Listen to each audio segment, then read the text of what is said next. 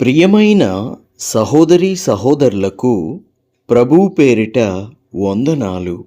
మీకు మీ కుటుంబానికి యేసుక్రీస్తు యొద్ద నుండి దీవెనలు ఆశీర్వాదములు మెండుగా కలుగునుగాక.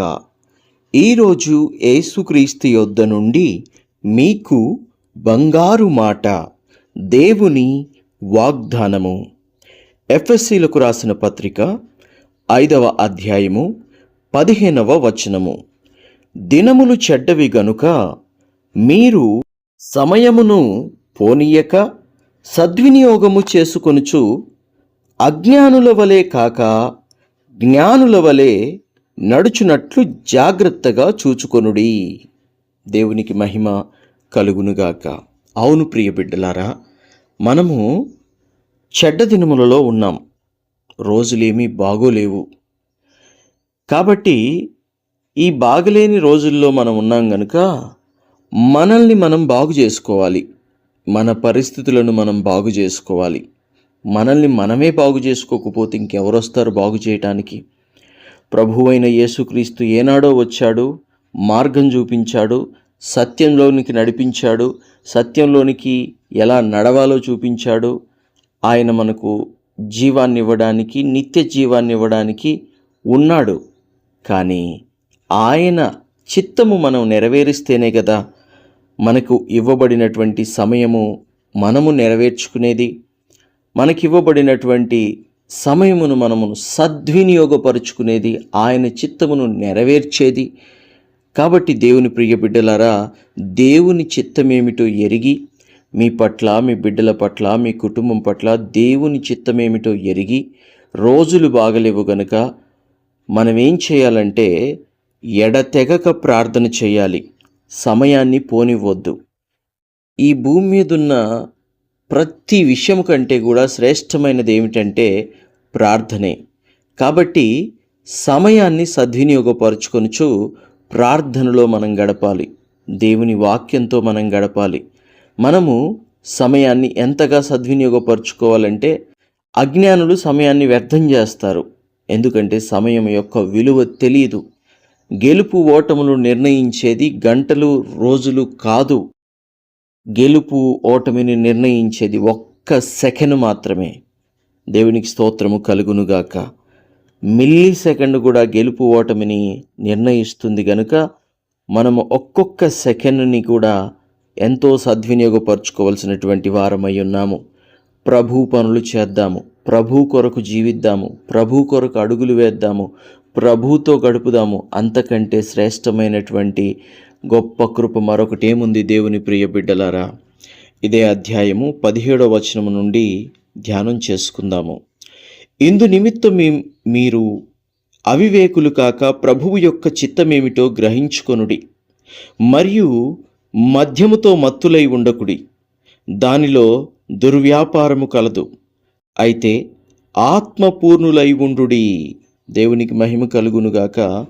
మద్యముతో మత్తులై ఉండొద్దు, ఆత్మపూర్ణులై ఉండమని వాక్యము సెలవిస్తోంది. ప్రియ బిడ్డలారా, మీలో ఎవరికైనా తాగుడు అనేటువంటి మద్యపానపు దురలవాటు ఉంటే దాన్ని ఈ క్షణమే వదిలిపెట్టండి. అందులో ప్రభు చిత్తము లేదు. అది మీకు అలవాటుగా ఉండడం ప్రభు చిత్తము కాదు. అందులో దుర్వ్యాపారము కలదని వాక్యం సెలవిస్తోంది. తప్పిపోయిన కుమారుడు ఏ వ్యాపారాలు చేసి నష్టపోయాడు, ఏ వ్యాపారాలు చేసి పాడయ్యాడు? దుర్వ్యాపారాలే కదా. దుర్వ్యాపారాలు చేసి అతడు నష్టపోయాడు. ప్రియ బిడ్డలారా, దుర్వ్యాపారానికి సంబంధించినటువంటి యొక్క లక్షణాన్ని మనతో ఉండనివ్వడానికి దేవుడికి ఇష్టము లేదు. కాబట్టి దాన్ని తొలగించుకొని మనం మద్యము మత్తులో కాదు కానీ ఆత్మపూర్ణులై ఉండాలి. దేవునికి మహిమ కలుగునుగాక. 19వ వచనం.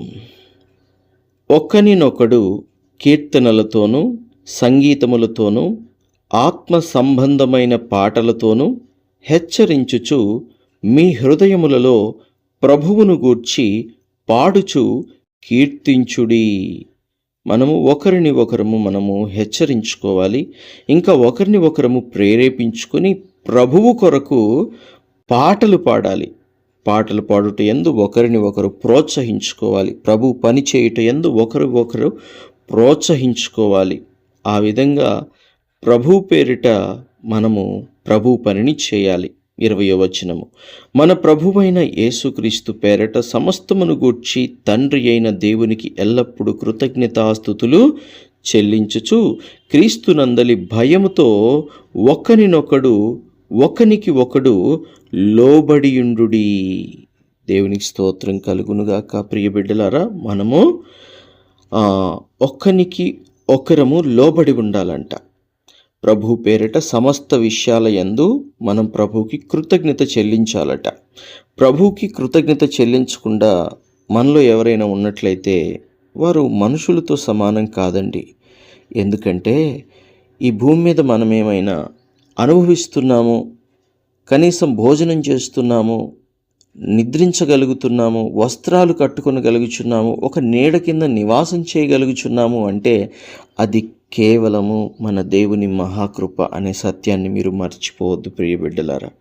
ప్రభువుకి ఎప్పుడు కృతజ్ఞతలు చెల్లిస్తూ ఉండాలి. మనము ఏమి మనకు కలిగి ఉన్నా అది కేవలం ప్రభు వలన వచ్చిందని మనము అనుకోవాలి. ఇంకా క్రీస్తునందలి భయముతో ఒకనికి ఒకడు లోబడి ఉండాలి. తర్వాత స్త్రీలను గురించి కూడా ఇక్కడ ఒక వాక్యం రాయబడి ఉంది. 22వ వచనము, స్త్రీలారా ప్రభువునకు వలె మీ సొంత పురుషులకు లోబడియుండుడి.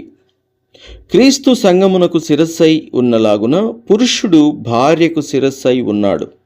క్రీస్తే శరీరమునకు రక్షకుడై ఉన్నాడు. సంఘము క్రీస్తునకు లోబడినట్టుగా భార్యలు కూడా ప్రతి విషయంలోనూ తమ పురుషులకు లోబడవలెను. పురుషులారా, మీరును మీ భార్యలను ప్రేమించుడి. అటువలే క్రీస్తు కూడా సంఘమును ప్రేమించి అది కలంకమైనను ముడతైనను అట్టిది మరి ఏదైనను లేక పరిశుద్ధముగాను నిర్దోషముగాను మహిమగల సంఘముగాను ఆయన తన ఎదుట దానిని నిలువబెట్టకొనవలెనని వాక్యముతో ఉదక స్నానము చేత దానిని పవిత్రపరిచి పరిశుద్ధపరచుటకై దాని కొరకు తన్ను తాను అప్పగించుకొనెను. అటువలే పురుషులు కూడా తమ సొంత శరీరములను వలె తమ భార్యలను ప్రేమింప బద్ధులై ఉన్నారు. తన భార్యను ప్రేమించువాడు తన్ను ప్రేమించుకొనుచున్నాడు. దేవునికి మహిమ కలుగునుగాక. ప్రియ బిడ్డలారా, ఈరోజు దేవుడు అద్భుతమైనటువంటి వాక్యంతో మరి మనతో మాట్లాడాడు. ఎవరైనా భర్తకు లోబడకుండా ఉంటే వాక్యం విన్నారు కదా, భర్తకు లోబడండి అన్ని విషయాలలో. అలాగనే భార్యను ప్రేమించకుండా ఎవరైనా ఉన్నట్లయితే వాక్యం విన్నారు కదా, భార్యను కూడా ప్రేమించండి. సాధారణంగా మనం ఇస్తే వస్తుంది, గుర్తుపెట్టుకోండి. ఇస్తే తిరిగిస్తారు, గౌరవిస్తే తిరిగి గౌరవిస్తారు, ప్రేమిస్తే తిరిగి ప్రేమిస్తారు, ప్రేమగా పలకరిస్తే ప్రేమగా పలకరిస్తారు, నవ్వితే నవ్వుతారు, కోపపడితే కోపపడతారు. ఇది మనకు తెలుసు కదా. కాబట్టి ఫస్ట్ ఇవ్వాల్సింది ఎవరు? మనమే. కాబట్టి వాక్యం విన్న దేవుని ప్రియ బిడ్డలారా, ప్రేమిద్దాం. భార్యను ప్రేమించండి, భర్తకు లోబడి ఉండండి. సమయాన్ని వ్యర్థం చేసుకోకుండా కుటుంబాన్ని కట్టుకోండి. ప్రార్థన. తండ్రి, మీకు వందనాలు. దేవా, మీకు స్తుతులు స్తోత్రాలు. ఏ వాక్యం అయితే విన్నామో ఆ వాక్యం మా హృదయంలో ఫలింపు చేయండి. సమయం లేదు ప్రభువా, నీ రాకడ సమీపిస్తుంది. పైగా మేము దుర్దినాలలో చెడ్డ దినాలలో ఉన్నాం.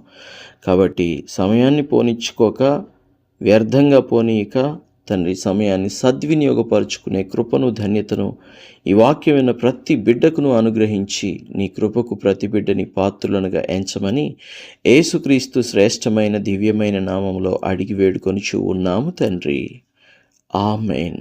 తండ్రి, కుమార, పరిశుద్ధాత్మ త్రియేక దేవుని ప్రేమ ఇప్పుడు ఎల్లప్పుడూ సదాకాలం మనందరికీ తోడై ఉండునుగాక. ఆమెన్.